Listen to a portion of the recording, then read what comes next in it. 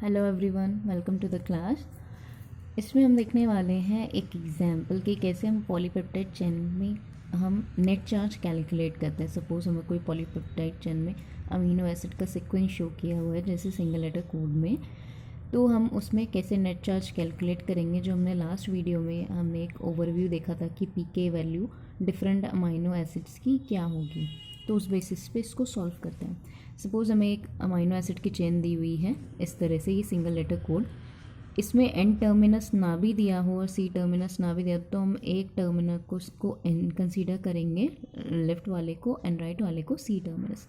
तो सपोज़ हमें pH 3 पर इसका नेट चार्ज कैलकुलेट करना है, तो करते हैं। 3 पर हम जनरली क्या देखते हैं कि 3 पर जो हमने अपनी टेबल देखी थी उसको एक बार फिर से देख लेते हैं कि 3 पर हमारा क्या था। जनरली 3 तक हमारा जो बीटा का बॉक्स लेके अगर एस्पार्टेट प्रेजेंट है तो वो भी क्या कर देगा, हमारा डीप्रोटोनेट हो जाएगा। बाकी सारी चीज़ें जो अगर हमारे बेसिक अमाइनो एसिड है वो सारे प्रोटोनेटेड फॉर्म में रहेंगे, यानी प्लस चार्ज कंट्रीब्यूट करेंगे क्योंकि उनका पीके अटेंड नहीं हुआ है। बट इन दोनों का हो गया तो ये क्या करेंगे, हमारा अल्फ़ा का बॉक्स लिख भी 2 से ज़्यादा वैल्यू हो गई 3 और ये 3 पे ही हो जाएगा, तो ये नेगेटिव चार्ज कंट्रीब्यूट करेंगे। तो अगर हम इसमें देखें एन टर्मिनस पे हमारा, क्योंकि एन टर्मिनस पॉजिटिव चार्ज ही है और 3 पर इसका क्या होता है, डीप्रोटोनेशन नहीं होता है। एल का अगर हम देखें तो एल का सिंगल लेटर कोड हम क्या बोलते हैं, एल को ल्यूसीन बोला जाता है, सिंगल लेटर कोड इसका एल होता है।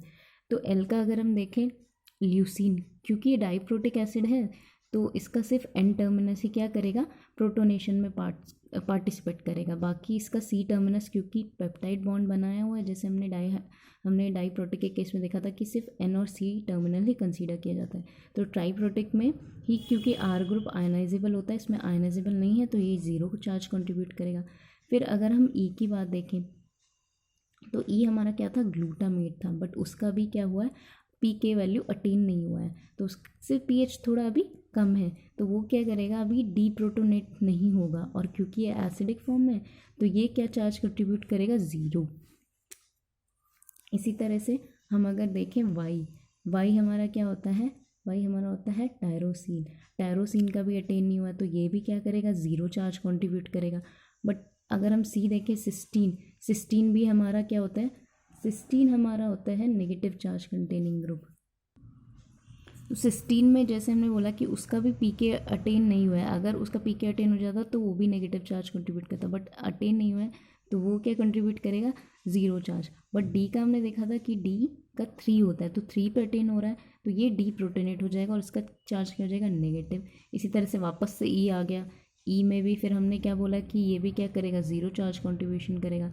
एच आर हमारे हिस्टिडीन और आर्जिनिन, ये कहते हैं हमारे बेसिक अमाइनो एसिड जो प्रोटोनेशन शो कर रहे थे, मतलब प्रोटोनेटेड फॉर्म में ही थे जब तक इनका पीके अटेन नहीं होता, बट जब इनका पीके अटेन हो जाता है ये डीप्रोटोनेटेड होके 0 चार्ज कंट्रीब्यूशन करते हैं, बट उससे पहले सिर्फ पॉजिटिव। हमको सिर्फ ये याद रखनी है टेबल, इस बेसिस पे हम क्या कर रहे हैं, इस क्वेश्चन को सॉल्व कर रहे हैं। फिर प्रोलीन आ जाता है, प्रोलीन में हम पी सिंगल लेटर कोड होता है, प्रोलीन भी एक डाइप्रोटिक एसिड है तो उसका हम 0 ही मानेंगे। सी टर्मिनस का देखेंगे तो हमने बोला था सी टर्मिनस का तो सबसे पहले 2 पर अटेन हो जाता है, तो सी क्या करेगा, अब डीप्रोटोनेट होकर नेगेटिव चार्ज कंट्रीब्यूट करेगा।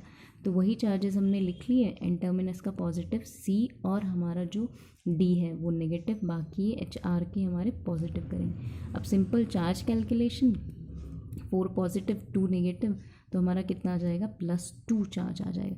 इसी तरह से हम डिफरेंट पीएच पे क्या कर सकते हैं, हर एक की वैल्यू कैलकुलेट कर सकते हैं। आप इसको ट्राई कीजिएगा और फिर आंसर मैच करिए। Thank you.